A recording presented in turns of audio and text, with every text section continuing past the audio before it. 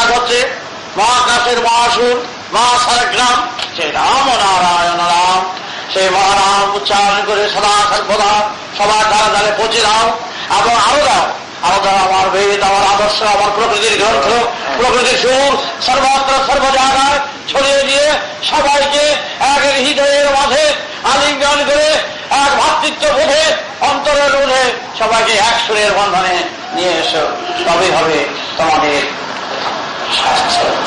সেই স্বাস্থ্য হচ্ছে বাবার আদর্শের প্রচারের স্বাস্থ্য, আর কোন কথা নাই।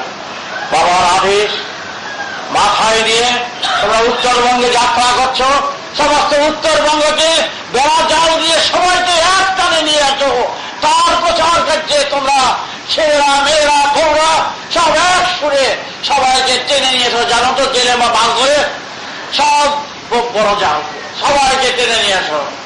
একটা পোষা হাতি অনেক জঙ্গলি হাতি টেনে নিয়ে আসো না, তাহলে তোমরা আমার পোষা হাতি, বুঝতে পেরেছ? তোমরা জঙ্গলে তোমাকে ছেড়ে দিয়েছি, তোমরা ধরে ধরে নিয়ে এসো বেদের সুরে। তারা বন্ধনে রয়েছে, ওই হাতিকে তাদের তারা ওই হাতি নিয়ে আসে বন্ধনে, আর তোমরা আনবে মুক্তাঞ্চলে, মুক্তের সুরে তোমরা পৌঁছিয়ে দেবে। তোমরা তাদের জন্য তোমাদের ছেড়ে দিলাম আমার গণেশ। হাতি তো গণেশের মতন চেহারা, অনেক মানুষের মতন না হাতি, তাহলে তোমরা হলা আমার সেই গণেশ পুত্র, গণদেবতা।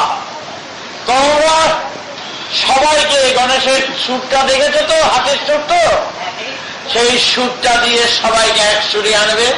আর গণেশের মাথাটা একটু বড় না,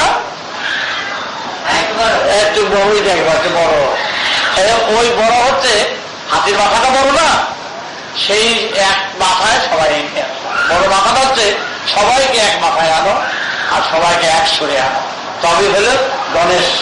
তোমরা আমার সেই গণেশ পুত্র, ষষ্ঠী হাতি এবং হনুমান, বীর হনুমান।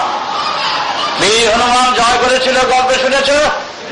তাহলে তোমরা সেই গল্পই বললাম, তোমরা বীর হনুমান হয়ে রাবণের দানবতাকে বিনাশ করবে, সেই ধনুর্বাণ নিয়ে তোমাদের এগিয়ে যেতে হবে। মৃত্যুবাণ, তোমরা সেই অস্ত্র তোমাদের হাতে তুলে দেওয়া হচ্ছে, দেওয়া হবে। তোমরা সেই সুরের পথিক যাত্রী, তোমরা এগিয়ে যাওয়ার পথিক। বিপ্লব, বিপ্লব করতে হবে তোমাদের, সেই বিপ্লব অপারেশন, বিপ্লব চিকিৎসক, সুচিকিৎসক, রোগী রোগ মুক্ত করার বিপ্লব তোমরা পায়ে ধরবে। তাই তোমরা এখন বলো কর্মই ধর্ম, বিপ্লব দীর্ঘজীবী হোক, মহা অস্ত্র হলো